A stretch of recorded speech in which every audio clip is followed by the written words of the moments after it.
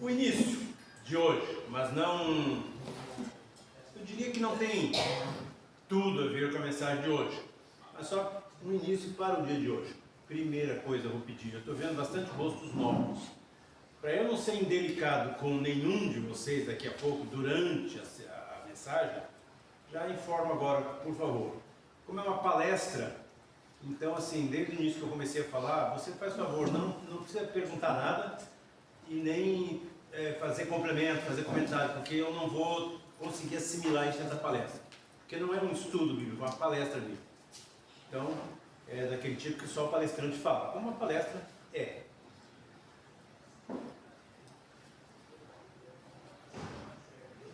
Não sei, vocês assistem noticiário, né?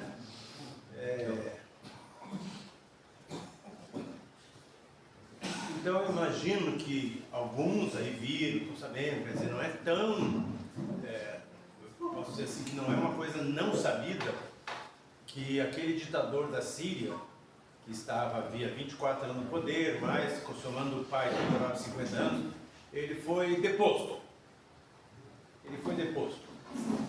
Aí o Benjamin, vou pronunciar em português, não sei falar hebraico, Benjamin Netanyahu, ele já chamou a criança para ele, disse que é filho dele, que ele que ajudou a depor, tal.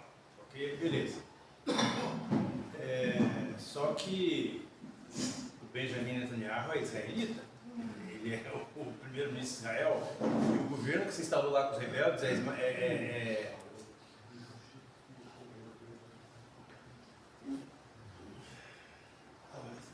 agora eu esqueci o nome da... Que coisa, mas enfim, os inimigos do povo de Israel, em termos de religião. Mas não é nem esse o ponto. Isso foi só um detalhezinho que eu percebi, porque ele já chamou para eles, que ele que fez...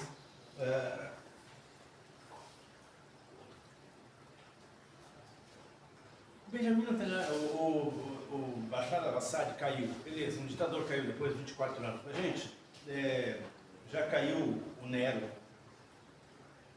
já caiu a Cleópatra, já caíram vários faraós, já caiu a Bastilha em 1789, lembram disso? 14 de julho, queda da Bastilha, maravilha, caiu a Bastilha. Já caiu o regime militar no Brasil, já caiu Fidel Castro, já caiu Fulgêncio Batista, já caiu a Cortina de Ferro. Se você pegar ao longo da história, o Nabucodonosor não caiu, mas o filho dele, que ficou no lugar dele, logo depois caiu na mão dos sírios. Alexandre o Grande dominou, mas depois veio o Gengis Khan, e todos eles caíram. Não foi assim que ficaram até morrer em paz, todos eles caíram. Por que eu estou falando isso? Porque quando eu assisto a esses noticiários, e vocês assistem aos mesmos noticiários que eu, aí tem também os comentaristas, e eles querem passar uma coisa assim, de agora vai, agora deu certo, agora o povo está livre. Eu queria perguntar por você, sem contar, você não precisa conhecer história, nem sociologia, nem nada, porque se você conhecer um mínimo disso, você vai ver que nenhuma dessas quedas nunca produziu nada de bom, nada de melhor do que já era. Mas, perguntando por você, o que acontece no macro, no grande? O ditador cai lá, um sistema cai aqui, um presidente que é eleito, outro que não é, e o que isso mexeu com a tua vida? No que isso libertou você? Uma vez Jesus disse para os judeus, o texto completo, para ser honesto, não uma citação mentirosa como tem sido pregada nas paredes de igrejas, o texto completo é assim, que Jesus, tendo terminado de falar, muitos judeus creram nele. E aí disse Jesus para os judeus que creram nele: se vocês permanecerem na minha palavra, vocês serão verdadeiramente meus discípulos e conhecerão a verdade, e a verdade vai libertar vocês. Então, primeiro, tudo isso é uma expressão que Jesus disse para pessoas que haviam crido nele. E segundo, ele disse: se permanecerem na minha palavra, aí vão conhecer a verdade, e daí a verdade vai libertar vocês. Não é aquela coisa mágica que você entra numa igreja e está escrito lá, e a verdade nos libertará. Um dia a verdade vai me libertar. Mas não foi assim que foi dito, e assim mentirosamente proclamado. Mas, sim, só pode libertar você a verdade. Quando Jesus disse isso, ele também disse ao longo do seu ministério: eu sou o caminho, a verdade e a vida. No final das contas, quando Jesus diz: se vocês permanecerem na minha palavra, vocês vão conhecer a verdade e a verdade vai libertar vocês, a palavra de Jesus é ele mesmo. Jesus é o eu sou, ele é o verbo encarnado, ele é o próprio verbo, a própria palavra, o logos. Então permanecer na palavra de Jesus é permanecer em Jesus. E aí vai conhecer a verdade que é Jesus, e aí vai ser libertado, porque ele é o libertador, Jesus é o Salvador. E aí, lamento dizer para os que ainda esperam desse jeito, Jesus não é o Salvador do mundo, nem o Salvador da pátria. Jesus é o Salvador de indivíduos dentro do mundo. Este mundo está condenado por Deus. A expressão que o apóstolo Pedro usa é a expressão, eu sempre imagino uma criança guardando as bolinhas de gude para jogar depois, ou guardando o docinho, o melhor do docinho para comer depois escondido no quarto para ninguém pedir um pedaço. Diz que Deus está entesourando este mundo para o fogo, como uma criança que está guardando assim, se deliciando, olha, eu destruí isso com fogo. Esta é a vontade, este é o propósito imutável de Deus com relação a esse mundo. Então este mundo não tem salvação, mas você tem salvação em Cristo Jesus. Essa é a primeira coisa importante. Só a verdade pode libertar cada um de nós. A verdade é Jesus, e a verdade pode libertar cada um de nós.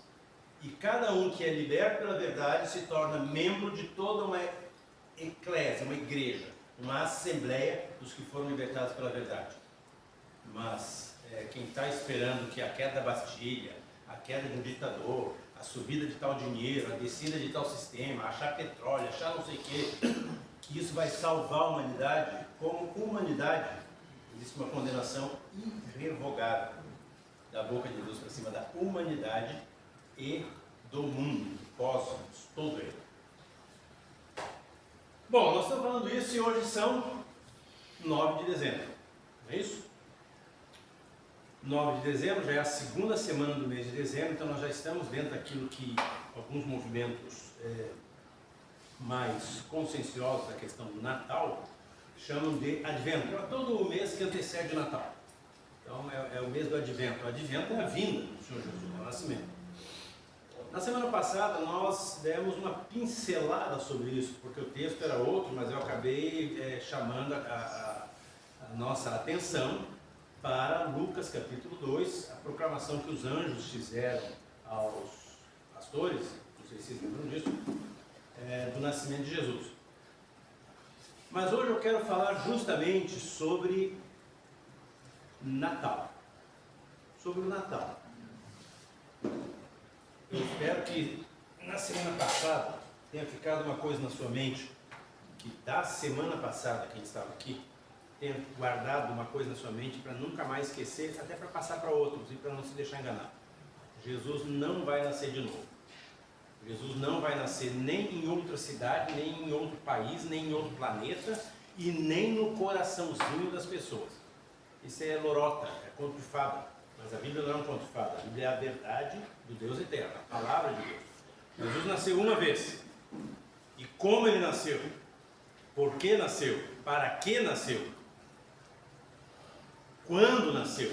Está narrado nas Escrituras. Claro que não diz o quando, assim, a data, dia XYZ, dia tal, do mês tal, do ano tal. Isso não. Mas diz o momento que foi. Era quando tinha Tibério César, enfim, quando houve um grande licenciamento e tal. Então se dá para saber a época que Jesus nasceu. Hoje eu queria já começar a puxar a nossa mente para aquilo que é Natal. Aquilo que é o Natal. A palavra Natal significa nascimento. Natalício significa nascimento. Por isso que natalidade, eu não sei se existe ainda existe, né, auxílio natalidade, né? A moça que é grávida e tal, a senhora e tal, vai lá e tal, daqui a pouco quando tem o neném, um pouquinho antes ou um pouquinho depois, pega lá no seguro do governo, lá na Previdência Social, o auxílio natalidade. Natalidade quer dizer nascimento. E Natal é uma palavra que significa nascimento. Nascimento do Senhor Jesus, do homem Jesus. O homem Jesus nasceu de uma virgem, gerado dentro dela pelo Espírito Santo de Deus. Mas o Cristo, o ungido de Deus na eternidade, a segunda pessoa da Trindade, nunca nasceu e nunca veio ao nascimento, nem na eternidade, nem aqui no mundo. O Cristo encarnou. O Logos, que é Deus, e que estava com Deus, desde o princípio, como diz João no capítulo 1, a partir do versículo 1, esse Logos encarnou. E encarnou num processo natural de nascimento. Por isso que de repente nasce o homem Jesus. E sobre o nascimento do homem Jesus, nós queremos falar um pouquinho hoje. Pode abrir sua Bíblia em Lucas de novo, né? Terceiro Evangelho, terceiro livro do Novo Testamento. Gente, Lucas 2, eu falei semana passada já, que Lucas não foi apóstolo, porque apóstolos foram só aqueles homens que conviveram com Jesus nos 3 anos do ministério, ou seja, aprenderam as coisas diretamente de Jesus e não de outro homem. Eles aprenderam de Jesus as coisas. Então foram aqueles 11, Judas não chegou a ser apóstolo, né? Cometeu suicídio, e mais Matias, que foi escolhido depois no lugar de Judas. E depois, Paulo, que defende o seu apostolado, mostrando, por revelação, que ele recebeu diretamente do Senhor Jesus também, de maneira sobrenatural, mas ele teve contato e aprendeu o que tinha de aprender diretamente de Jesus, em revelações específicas, em visitações de Jesus específicas a Paulo. Lucas não é um desses apóstolos, mas é um homem contemporâneo dos apóstolos de Jesus. Lucas é um homem daquela geração. De cultura grega, esse homem é médico, então assim, é uma pessoa naquele momento já de certa erudição, e se faz historiador porque ele achou interessante a história de Jesus, é porque ele se converteu a Jesus, ao Evangelho. Então ele quis narrar a história de Jesus, ele agiu como historiador, ele inquiriu de muitas pessoas, perguntou para muitas pessoas, se fortaleceu, se robusteceu de informações fidedignas, verídicas, com testemunhas, escreveu o Evangelho e logo a seguir escreveu também aquilo que aconteceu após a subida do Senhor Jesus, a ascensão de Jesus. Então ele escreve também o livro de Atos dos Apóstolos, que começa justamente com a ascensão de Jesus, a descida do Espírito Santo, e daí o surgimento oficial e a sistematização e o crescimento e a visualização daquela igreja que Jesus tinha dito: sobre esta pedra eu constituo a minha igreja. Tinha dito para Pedro diante dos outros. Esse Lucas escreve então de maneira histórica, quer dizer, como fato histórico, narrando detalhes da ocorrência. Ele narrou o nascimento do Senhor Jesus. Do ponto de vista histórico, do ponto de vista de narrar detalhes, de encher de pormenores o acontecimento, ele foi o que mais se prendeu a isso. E todo o capítulo 2 de Lucas é a narrativa do nascimento de Jesus.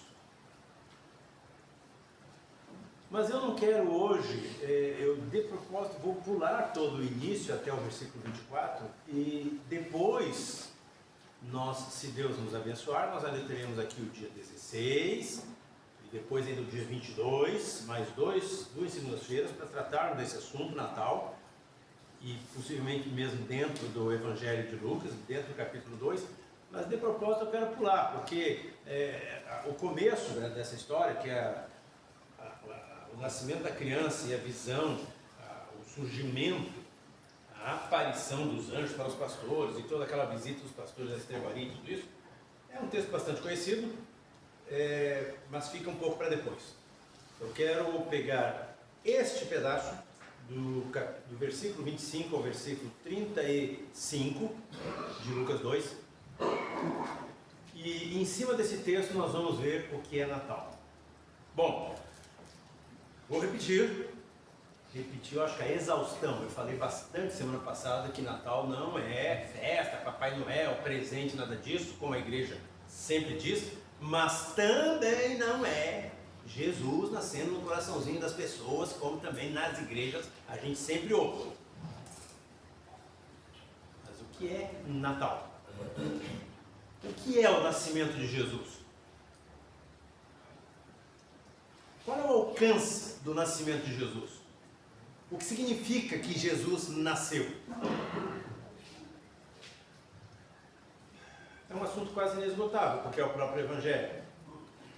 É o cumprimento de todas as promessas, desde a promessa que Deus fez, uma promessa de vingança, uma promessa de castigo, de destruição, que Deus fez à serpente no Éden, dizendo que o descendente da mulher ia ter qualquer mordido, mas ia ferir a cabeça da serpente. Desde lá, passando por todas as outras promessas que ele fez ao longo de toda a história do povo de Israel, até para alguns circunvizinhos que de alguma maneira ainda acompanharam, a chegada de Jesus é o cumprimento de tudo o que estava previsto a respeito dele, e o nascimento de Jesus é a anteporta, é a instauração do reino de Deus na terra. Mas ele vem um bebê. Ele vem um bebê. Lucas 2, 25. Vamos de óculos. E eis que havia um homem em Jerusalém. Jerusalém é capital de Israel. Naquele momento, Israel era Judá. Era o povo de Israel. Tá? Era só a tribo de Judá e metade da tribo de Benjamim. As outras 10 tribos e metade da tribo de Benjamim tinham se perdido na poeira, eram os samaritanos. Mas enfim, Jerusalém, a capital do reino. E eis que havia um homem em Jerusalém cujo nome era Simeão. E era este homem justo e temente a Deus, e esperava a consolação de Israel. E o Espírito Santo estava sobre ele. E lhe fora feita divina revelação pelo Espírito Santo, de que não veria a morte antes que visse o Cristo do Senhor. E veio pelo Espírito ao templo. E como os pais introduziram o menino Jesus para com ele fazerem segundo o costume da lei, então ele o tomou em seus braços e louvou a Deus e disse: agora despede, Senhor, em paz a teu servidor, ou a teu servo, segundo a tua palavra, pois já meus olhos têm visto tua salvação, a qual aparelhaste perante a face de todos os povos, luz para a iluminação das gentes ou dos povos, e para a glória de teu povo Israel. E José é o pai humano de Jesus, aquele que casou com Maria, mesmo ela estando grávida, porque ele entendeu, o Espírito recebeu também essa informação de Deus, de que aquele fruto não era fruto de fornicação nem de adultério de Maria, mas era fruto do Espírito Santo de Deus. Então esse José vem a ser, no plano humano, o pai de Jesus. E José e sua mãe, mãe de Jesus, não mãe de José. E José e a mãe de Jesus se maravilharam das coisas que a respeito dele, Jesus, se diziam. E Simeão os abençoou e disse a sua mãe Maria: vê aqui que este é posto para queda e levantamento de muitos em Israel, e para sinal que será contradito, oposição. E também uma espada traspassará a tua própria alma. Ele está falando com Maria, a mãe de Jesus. Ele diz: e também uma espada traspassará a tua alma, para que de muitos corações se manifestem os pensamentos.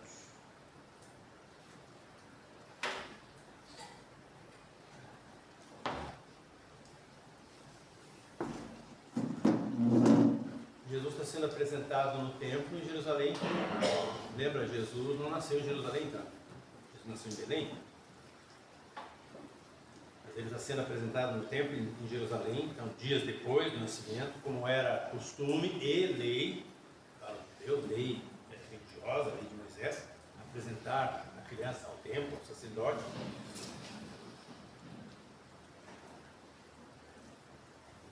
E esse homem, Simeão, identifica Jesus como o Salvador do mundo. Esse homem Jesus, que ali era um menininho ainda, indefeso, praticamente, já é identificado por Simeão como o Cristo, o ungido de Deus, a salvação que Deus havia prometido. É óbvio que isso foi revelado, foi permitido pelo Espírito Santo de Deus a Simeão perceber essa coisa. E esse é um dos primeiros argumentos desta noite que eu gostaria de deixar como argumento de mensagem de Deus para a tua mente e para o teu coração.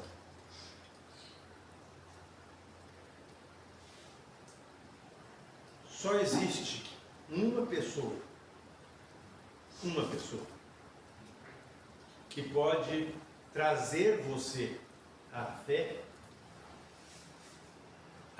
que crê no Evangelho, que crê em Jesus como Salvador e Senhor, e que através de Jesus, o homem,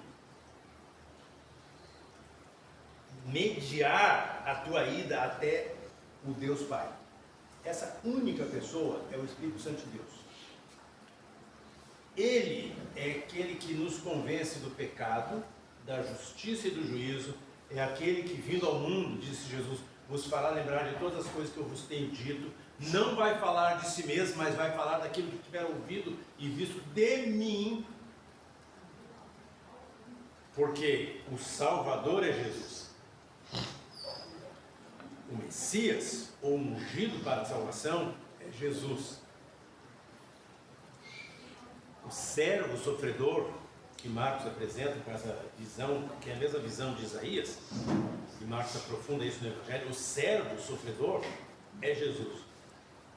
Mas o Espírito é a pessoa que trabalha nas nossas mentes, nos nossos corações, ilumina a nossa visão espiritual, abre os nossos olhos espiritualmente para a verdade. A verdade é Jesus. O caminho para o céu, o caminho para Deus é Jesus. O único mediador entre Deus e os homens é Jesus.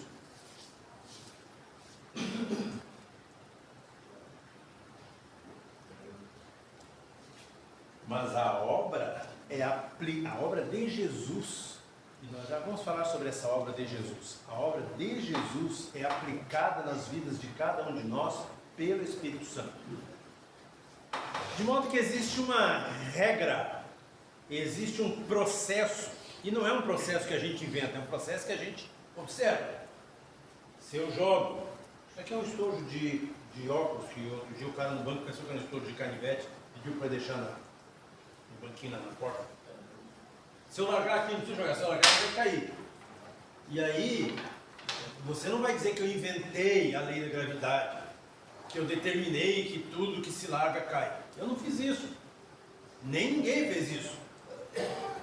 O cientista simplesmente observou que quando as coisas são largadas ou jogadas para baixo, quando as coisas são soltas no ar, mesmo que são lançadas para cima, elas vão até um certo ponto pela força que as lança, mas quando aquela força acaba, ela para e depois ela cai. Ela é atraída para o chão pela força da gravidade do planeta. Então temos a lei da gravidade, mas essa lei da gravidade não é um cara que inventou isso aí. Isso é uma coisa que é assim.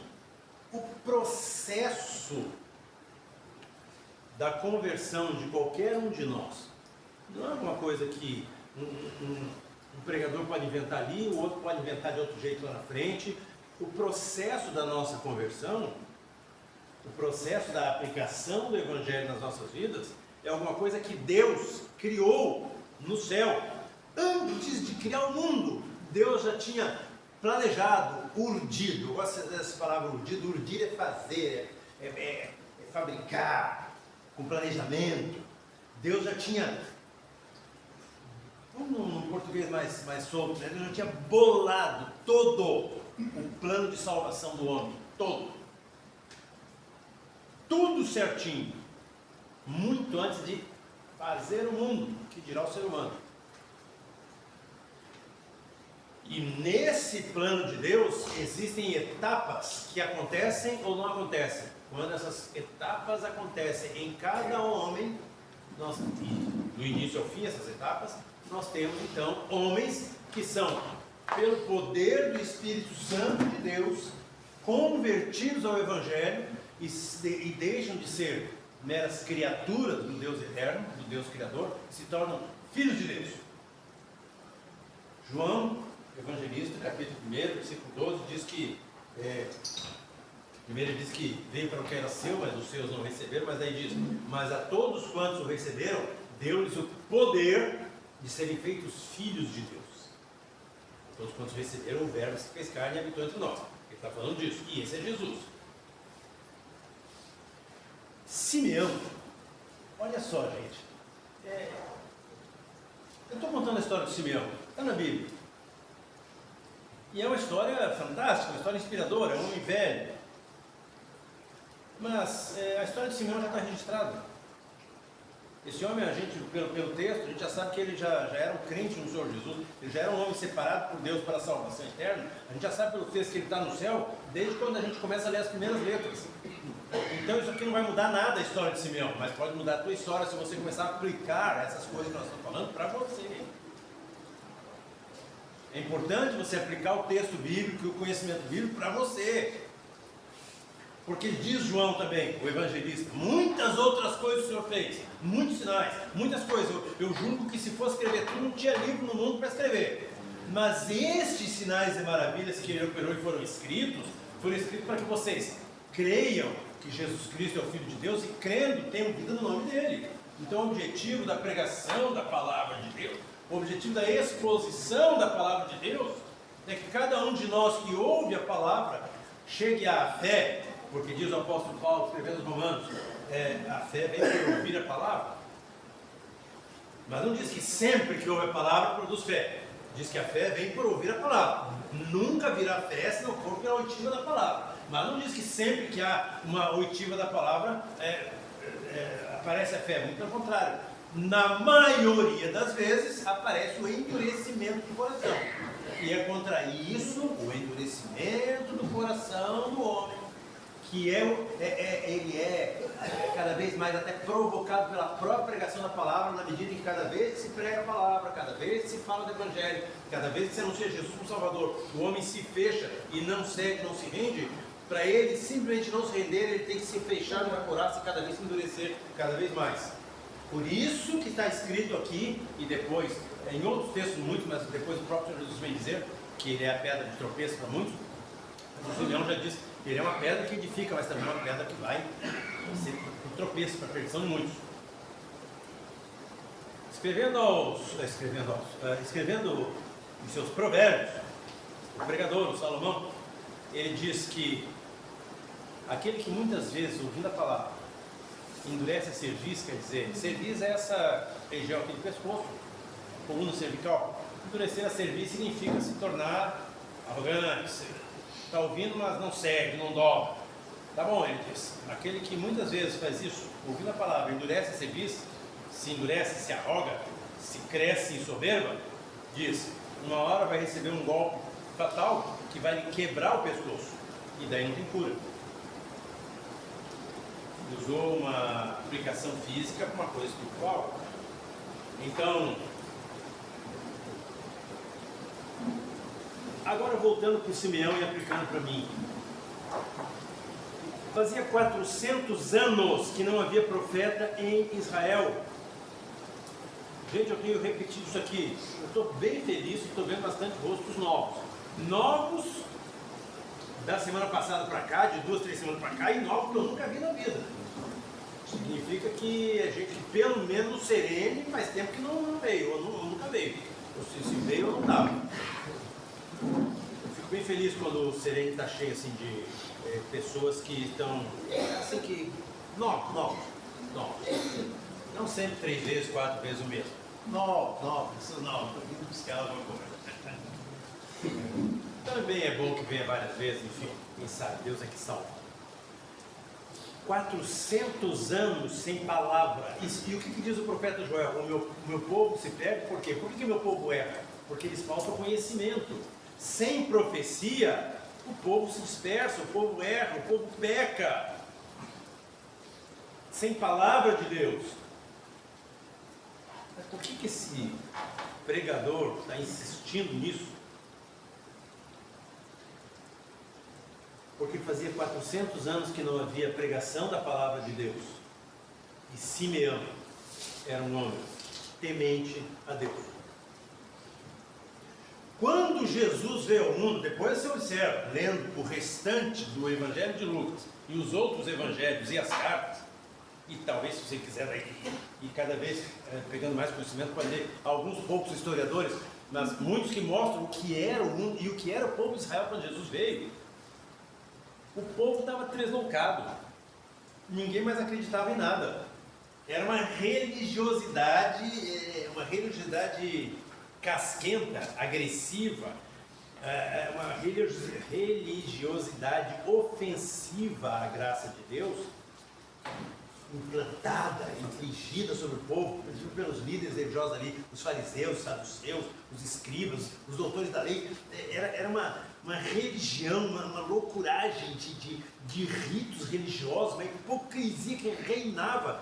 E você vê, pela leitura dos evangelhos, agora repito por que eu falei disso, que Jesus brigou com isso todos os 3 anos do ministério dele, repetidas vezes, o tempo todo brigando com os religiosos, porque era um povo que afastava as pessoas de Deus. Porque não tinha profecia. Quer dizer, quando Jesus veio mesmo, pouco tempo antes tinha surgido João Batista, mas assim, em termos de espaço, de tempo, de eras, João Batista chegou junto com Jesus.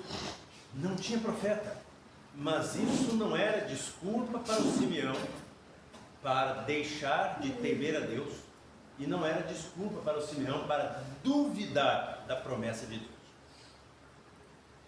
Agora você, e aí quando eu digo você, eu digo eu também. Perdoa que eu digo você, porque eu estou falando com você, não tem um espelho aqui, mas tem lá na frente. Mas é claro que sou eu, você, eu, todos nós. Quando viemos ao mundo, não é assim como foi quando Simeão veio ao mundo. Porque por mais que Simeão fosse um homem velho, talvez 80 anos, 80 e poucos anos, sei lá, fazia 300 e pouco e não tinha profeta, nem palavra de Deus sendo pregada. Só uma mentirada com o nome de palavra de Deus. Costume de homens, imposições humanas, tradição de anciãos, tradições de anciãos,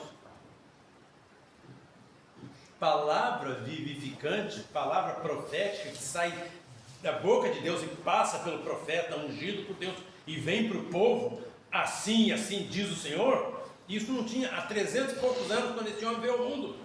Mas isso não foi motivo para ele crescendo e convivendo com aquele povo duro de coração, convivendo no meio da idolatria, no meio da religiosidade, no meio da afronta ao Deus eterno, no meio do desvio da verdade, convivendo com o abandono da palavra de Deus, diariamente, todos os dias, ao longo de 70, 80 anos, era um homem velho. Isso não foi motivo para ele para também abandonar tudo e dizer assim, eu não acredito em mais nada. E que motivo temos nós, que quando vimos ao mundo, fazia já 2000 anos que essa palavra vinha sendo anunciada. Quando você veio ao mundo, já fazia 2000 anos que essa palavra de Deus vinha sendo anunciada. E nunca deixou de ser anunciada. Depois que João Batista veio ao mundo e fez o trabalho profético de anunciar a chegada do Messias, neste caso a chegada do reino de Deus, e que Jesus, do mesmo jeito, anunciando a si mesmo, diz: o reino de Deus é chegado, arrependei-vos e crede no Evangelho. E depois de Jesus, os apóstolos, depois os pais da igreja, nunca mais a palavra de Deus deixou de ser pregada, transmitida. A graça de Deus nunca mais deixou de ser anunciada. E olha que você nasceu num país dito cristão. Se é cristão, não é? Deixa Deus julgar no dia do juízo final. Porém, é um país onde, quando você chegou, existia leitura da Bíblia, existe Natal, comemoração do nascimento do Senhor Jesus, existe leitura, exposição da palavra, existem encenações, existe o que a gente chama de uma cosmovisão cristã. Você nasceu dentro disso. E daí, qual é a sua desculpa para endurecer o coração e não crer em Jesus como Salvador? Por isso que Jesus disse para Betsaida e Corazim, 2 cidades: que tristeza vocês. Quero dizer uma coisa para vocês: vai haver mais rigor para vocês do que para Sodoma e Gomorra. Porque se lá em Sodoma e Gomorra tivessem sido feitos os milagres que vocês estão vendo aqui, há muito que teriam se convertido e não teriam perecido. E vocês, com tudo, isso é Jesus falando para Betsaida e Corazim, 2 municípios, 2 cidades, no tempo dele. E vocês, com tudo que têm visto, são mais duros do que aqueles. Então, pode tirar seu nome e colocar Betsaida e Corazim como seu nome, porque muito mais rigor haverá para aquele que ouviu e rejeitou do que para aquele que nunca ouviu.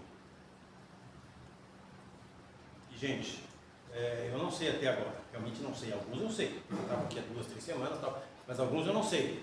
Como não sei seu histórico, pode ser que seja essa a primeira noite, pode ser que você caiu de Marte e seja um ET disfarçado de terráqueo, não sei, e pode ser que essa seja a primeira noite na sua vida que você está ouvindo falar de Jesus e do Evangelho, mas dessa noite você não escapa no dia do juízo final. Dessa noite Deus vai dizer: não, mas ali você ouviu falar de Jesus e que Ele é o Salvador. Ali você ouviu falar do meu plano de salvação por amor e graça, que você nunca mereceu e que eu ofereci. E aí, vamos ver o que Deus vai dizer para cada um de nós. Quem está servo e fiel, entra no gozo do teu Senhor, ou nunca vos conheci, manda enfiar lá no lago de fogo e lá o bicho não morre e o fogo não acaba. Mas haverá muito mais rigor para nós, que temos 2000 anos de cristianismo na mente, na história, na anunciação. Nós temos 500 anos de país aqui com o cristianismo. O cristianismo chegou junto com as caravelas. Mesmo que você possa criticar qualquer forma que era o cristianismo, veio a palavra de Deus. E o nome de Jesus foi anunciado, tem sido anunciado. E muitos de nós aqui, esse eu incluo esse nós com assim, enchendo a boca, né? Porque eu fui nascido dentro de um lar de um homem que já era pastor, e a esposa dele, a minha mãe, já era missionária antes de eu nascer, alguns anos antes. E eu nasci nesse ambiente cristão, evangélico, de pregadores da palavra, nasci grudado na palavra, mas como diz o escritor de Provérbios, nasci tão grudado também à maldade, que precisava de muita pancada para eu ser desarraigado da minha maldade, né? E aí só vinha a conversão aos 36 anos, mas justo, temente a Deus e esperava. Hebreus capítulo 11, versículo 1, a carta aos Hebreus é uma carta que nós não sabemos quem é o autor humano dela. Nós cristãos defendemos e cremos, defendemos como axioma, defendemos apologética, nós defendemos a ideia de que o autor da Bíblia é o Espírito Santo de Deus e que os coautores, homens inspirados pelo Espírito Santo de Deus, não foram transliteradores, tiveram as suas faculdades mentais, o seu conhecimento, as suas capacidades usadas, mas eles escreveram a mensagem que receberam do Espírito Santo de Deus, por revelação. Essa de Hebreus ninguém sabe quem escreveu. Mas no capítulo 11, no versículo 1, o autor dessa carta faz uma definição do que vem a ser fé. E ele não está definindo fé evangélica, a fé cristã. Ele está definindo filosoficamente fé. E ele diz: a fé, eu vou falar como eu cresci, como eu aprendi decoradinho lá na Almeida, corrigido lá de 60 e pouco. A fé é o firme fundamento das coisas que se esperam e a prova daquelas que não se veem. A fé é o firme fundamento, ou seja, é a convicção de que alcançaremos o que esperamos, por isso esperamos, e é também a certeza, a prova. A fé é a prova para o que tem fé de que existe aquilo que ele não vê. Essa é uma definição de fé que a Bíblia traz.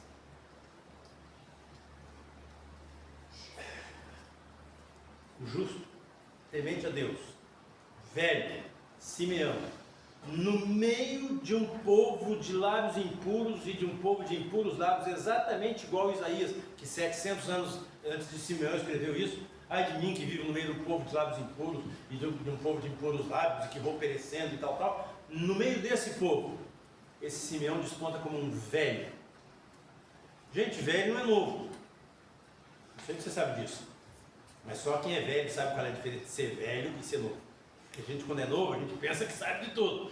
Mas quando você for velho, você vai ver que, olha, tanta coisa que você nem imaginava aos 20 anos, aos 30. Velho é um homem que já teve muitas oportunidades e tentação de debandar da fé, de desacreditar de tudo. Quanto mais velho, ou mais nos apegamos à fé, ou mais nos afastamos, endurecemos para longe da fé.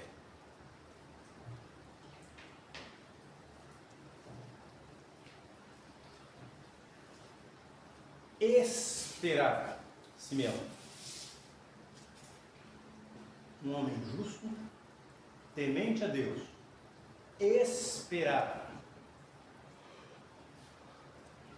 A palavra esperar, ela é muito mal interpretada quando nós a lemos ou quando ouvimos. E não estou falando de evangelho, estou falando da palavra esperar. Se você está no ponto do ônibus e alguém diz, o que você está fazendo aqui? Você diz, eu estou esperando o ônibus. Existe uma convicção em você de que o ônibus vem.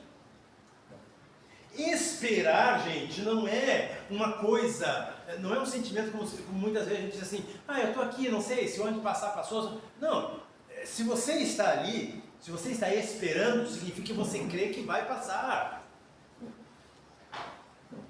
Entende? E nós apagamos, nós invertemos. Parece que esperar é alguma coisa assim do tipo, pode ser que dê certo, pode ser que não dê. Isso não é esperar, isso é duvidar. Isso é não esperar.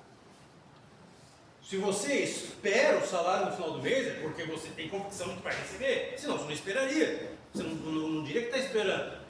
Então esperar é o contrário de dúvida, esperar é certeza. É por isso que o apóstolo Paulo usa sempre a expressão de que nós, os crentes, nós morremos na esperança da vida eterna. E alguns dizem assim, é só esperança, né? Pois é. Não é só esperança, é esperança porque é real, porque vem, porque está garantida. É por isso que o crente espera.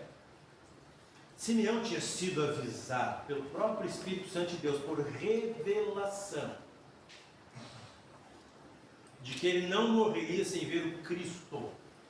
A linguagem grega aqui, porque quando Jesus veio ao mundo, os gregos já tinham dominado, agora eram os romanos, mas a cultura grega ficou e a língua universal era o grego, então tudo se falava no grego popular. Então, o Christos é o Messias do hebraico, o ungido de Deus. E ele recebeu uma revelação do Espírito Santo de Deus que disse, você não vai morrer antes de ver com os teus olhos o Cristo. Parêntese, ele recebeu do Espírito Santo de Deus uma revelação. Viu? Deus fala por revelação. Querido, nós não vamos criar briga hoje aqui, porque nós não criamos briga, mas às vezes sim, é inevitável. Hebreus 1:1 diz textualmente o seguinte: havendo Deus, antigamente, falado de muitas maneiras, Deus fala de muitas maneiras, não é isso que o texto está dizendo. O texto diz que, antigamente, havendo Deus falado de muitas maneiras aos pais, pelos profetas, a nós fala pelo Filho. Revelação de Deus é Jesus, e acabou. Era uma revelação que vinha crescendo, e Deus usou de muitas maneiras e falou de muitos jeitos, por muitos homens, de diversas maneiras. E em Jesus ele se revelou perfeitamente. Jesus é a máxima e perfeita visão de Deus, revelação de Deus. E nada além de Jesus é mais revelado por Deus. Então, se isso briga com a tua convicção, me perdoe, mas é em cima da palavra. Porque eu preciso alertar aqueles que não têm essa convicção para o fato de que não pega essa convicção, que não é verdadeira e não é bíblica. A revelação veio crescendo desde Deus falando com Adão, Eva e a serpente no Éden até Jesus. E Jesus acaba a revelação. E daí o Espírito Santo de Deus vem e ilumina o homem que está em trevas e aponta Jesus e mostra Jesus e leva até Jesus. Esse é o trabalho do Espírito Santo de Deus depois que Jesus veio ao mundo. Esse homem recebeu uma mensagem de que o Salvador do mundo viria, ele veria o Salvador. E ele creu e esperou. Todos esses homens que estão aqui, hoje a casa está bem cheia, que legal. Tem uma convicção de possibilidade de mudança. Pode ser que seja para dentro da dependência química só, daí eu lamento, porque dependência química também é uma coisa que acaba com 100, 80 anos, sei lá, 60, 70, sei lá. Em algum momento acaba a dependência química. Quando acabar a nossa vida aqui, acabou a dependência química. Mas a alma é indestrutível e é eterna. E Jesus é o Evangelho de Deus para a salvação da alma, o nome completo, inclusive da sua alma que é eterna, para uma alma com vida eterna. Esse homem esperava. Até quando você vai esperar? Ou você já desistiu de esperar? Porque também tem uns que já perderam a possibilidade de esperar, já desistiram, já voltaram atrás. O apóstolo, a pessoa que escreveu Hebreus também disse que, citando lá o Velho Testamento, ele disse o que Deus disse para Abacuque: o meu justo viverá pela fé. Daí diz o escritor: mas se ele voltar atrás, retroceder, a minha alma não tem prazer nele. Mas diz o escritor: mas nós não somos aqueles que voltam atrás para a perdição, nós somos aqueles que perseveram para a salvação.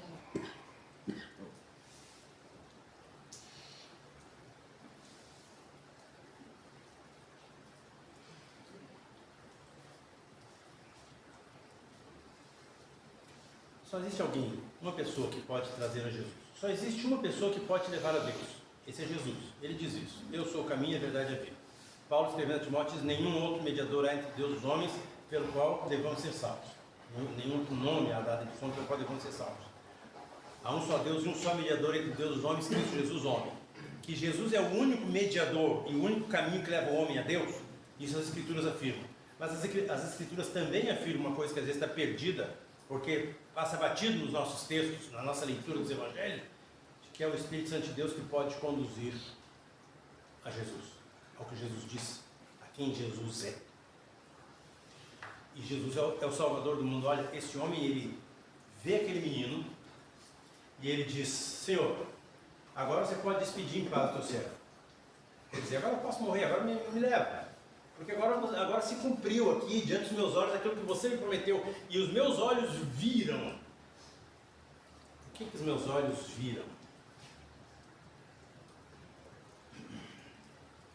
A tua salvação. O que esse homem esperava? A gente passa no texto e não presta atenção muito, né? Também foi uma leitura só. Mas ele esperava a consolação de Israel. É importante você saber o que você está esperando também. Porque possivelmente é isso que você vai receber. Quando aquele cego chegou diante de Jesus, Jesus perguntou: o que você quer que eu faça? Ele disse: Senhor, eu quero ver. Parece óbvio, né? Eu quero ver. Mas também chegaram outros homens diante de Jesus e disseram para ele: Senhor, nos livra da lepra. E ele livrou aqueles homens. E pelo que consta, 9 deles se perderam para sempre. Um voltou para agradecer e pela fé recebeu Jesus como Salvador. Mas queriam a cura da lepra, tiveram a cura da lepra. O que você espera? Porque aquilo que você espera, aquilo que você quer de Deus, é o que você vai receber. Esse Simeão, ele não esperava como a turma do Judas Iscariotes. Existia uma turma que era de guerreiros, que eles queriam implantar o reino e se rebelar contra Roma, pegar e fazer um rei. Essa foi talvez a grande decepção do Judas. E eles e outros mesmo, os próprios apóstolos, Tiago, João, esses homens e outros, Pedro também, em alguns discursos, em alguns momentos com Jesus conversando, dava para ver que eles achavam que Jesus ia se tornar o grande rei que ia libertar Israel de Roma e trazer de novo aquela glória do tempo de Davi. E demorou para eles entenderem pelo Espírito Santo que Jesus era o Salvador do mundo, de pessoas. Ele ia tirar o pecado do mundo, ele ia lavar pecados, pecadores, ele ia perdoar pecados de pecadores, ele ia morrer pelo pecado do homem e ressuscitar para garantir vida eterna para o homem, para todos os homens, tirando-os deste mundo. Muito maior isso aí. Mas aqueles homens de visão estreitinha estavam alguns e muitos esperando que Jesus, tanto que quando ele, uma semana antes da crucificação, ele vem montado no burrinho, toda Jerusalém para e diz, bendito o rei que vem em nome do Senhor, e aplaude Jesus. Então, uma semana depois, quando vê que ele não pega a coroa, não briga com Pilatos, não briga com Herodes, não briga com Roma, não briga com ninguém, manda crucificar, não serve para nada, nós queríamos um cara que nos libertasse. Não está aqui para libertar, pode morrer. Mas Simeão, ele esperava o consolo de Israel. Está lá no primeiro, no começo. E aqui eu queria te perguntar o que você espera.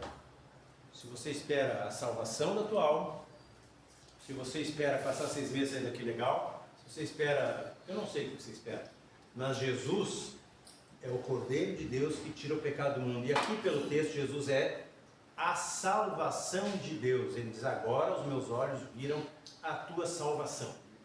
Só que, gente, uma coisa que um judeu sabe, lá só um judeu sabia, agora você sabe, faz 2000 anos de evangelho, convenhamos, que o grande problema do judeu, o que o judeu chamava de perdição, era a morte, por causa do pecado.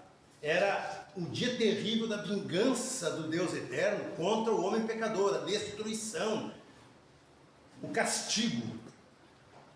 E quando Simeão diz, os meus olhos viram a tua salvação, ele obviamente, como um bom judeu, está se referindo à salvação do plano de Deus, aquela salvação anunciada pelos profetas, pela lei, por Deus, por Moisés lá já escrevendo sobre o Éden.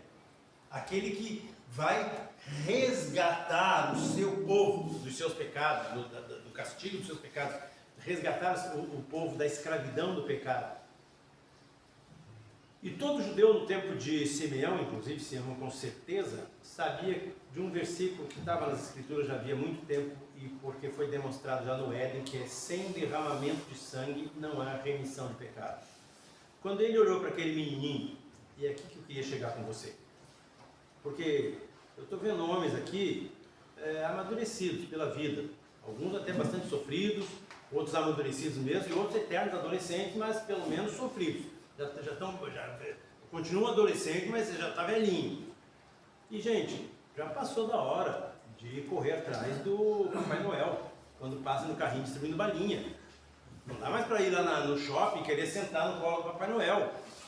Isso aí já passou. Acreditar na renazinha.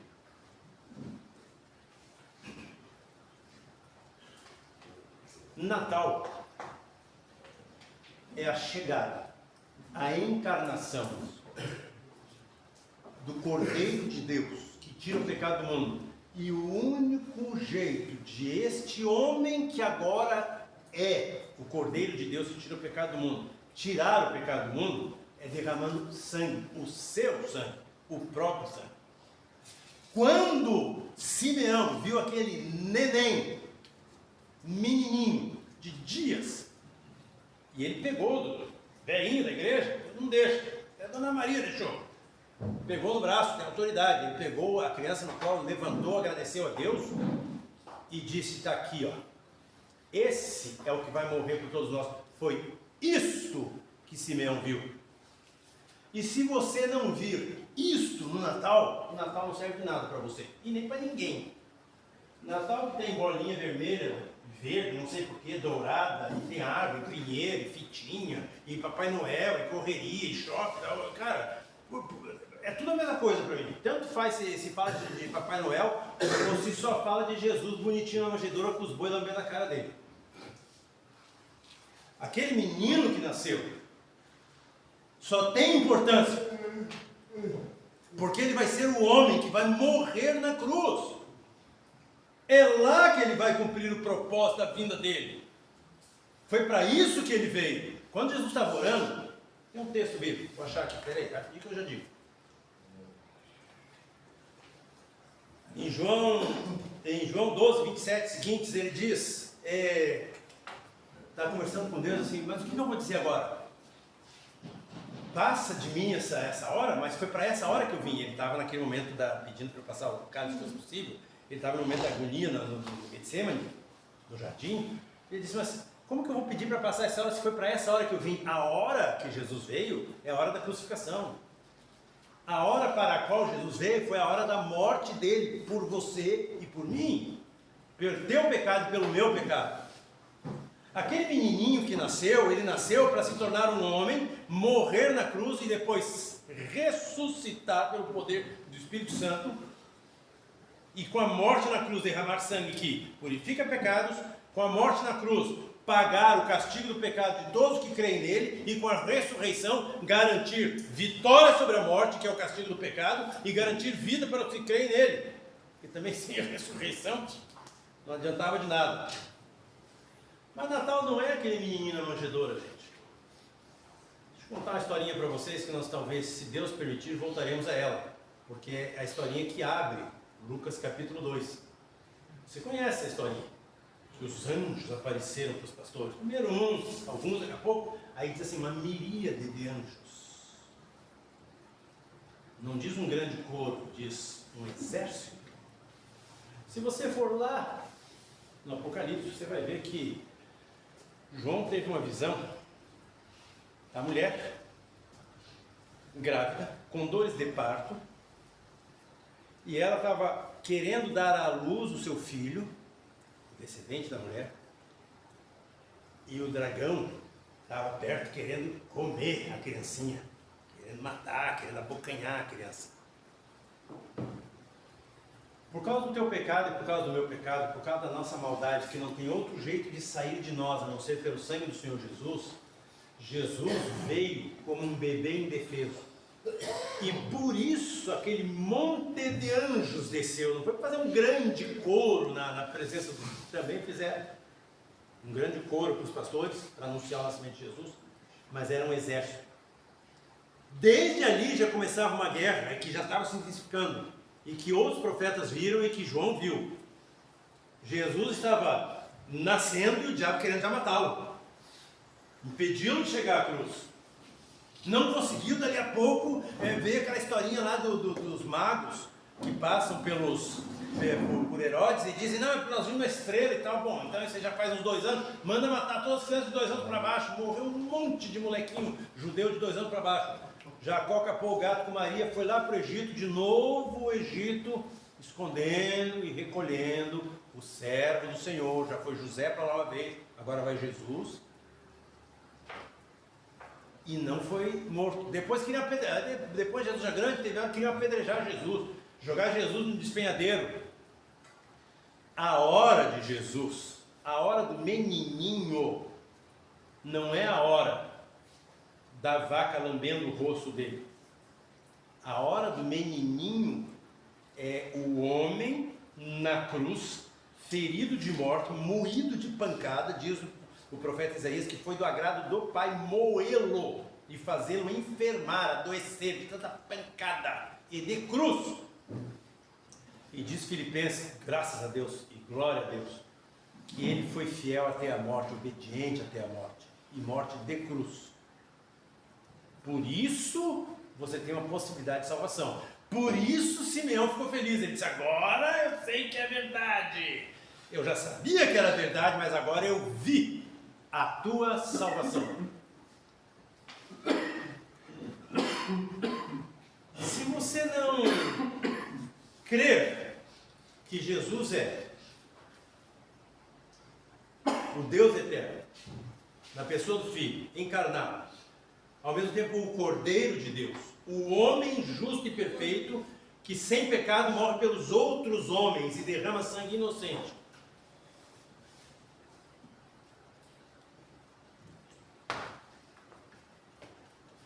Se você não vir em Jesus a salvação de Deus, você vai ver um menininho bonitinho na manjedoura. Cara, me desculpa, provavelmente aquele menino estava cagando. Quando os pastores chegaram lá, ele tinha acabado de nascer, estava mamando, estava cagando como qualquer criança, como qualquer menino.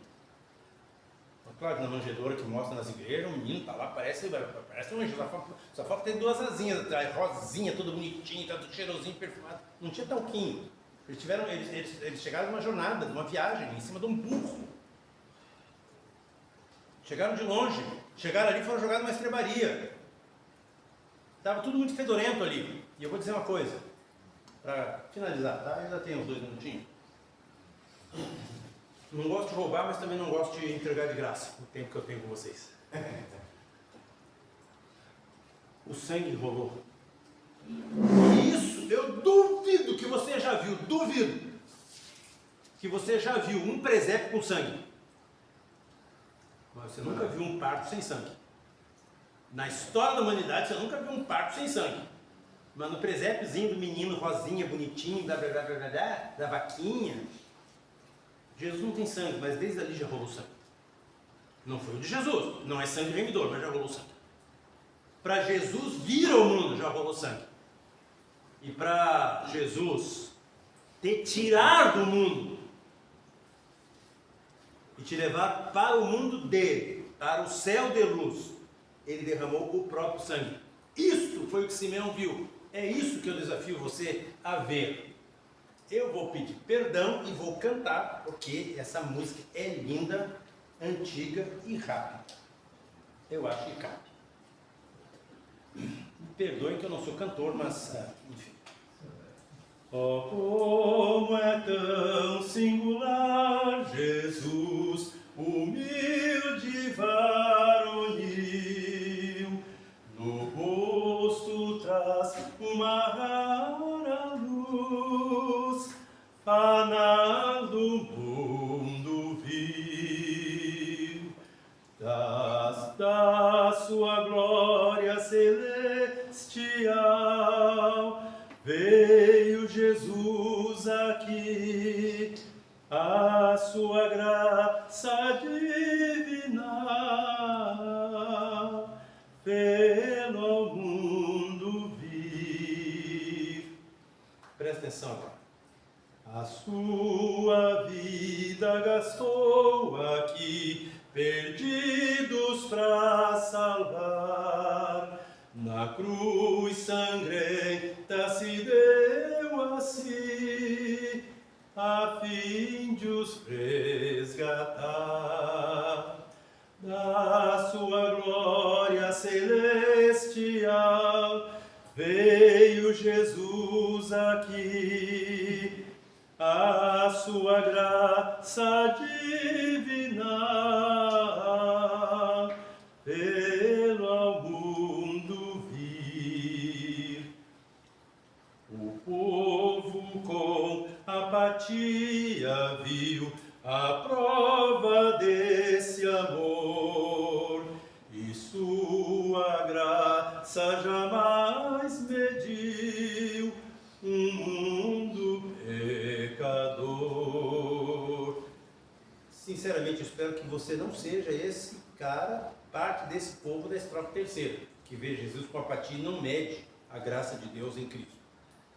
Da sua glória celestial, veio Jesus aqui, a sua graça divina, pelo ao mundo vir. Natal também é anúncio de ressurreição, porque se Jesus não fosse, como disse o Simeão, ele é posto para a queda e levantamento de muitos. Ele, se não voltasse a viver, ficasse morto, não haveria nem a queda, nem levantamento nenhum. No céu agora Jesus está, mas breve há de voltar, e a glória aos salvos transportará, onde hão de descansar. Da sua glória celestial, veio Jesus aqui, a sua graça divina, pelo mundo vir. Amém.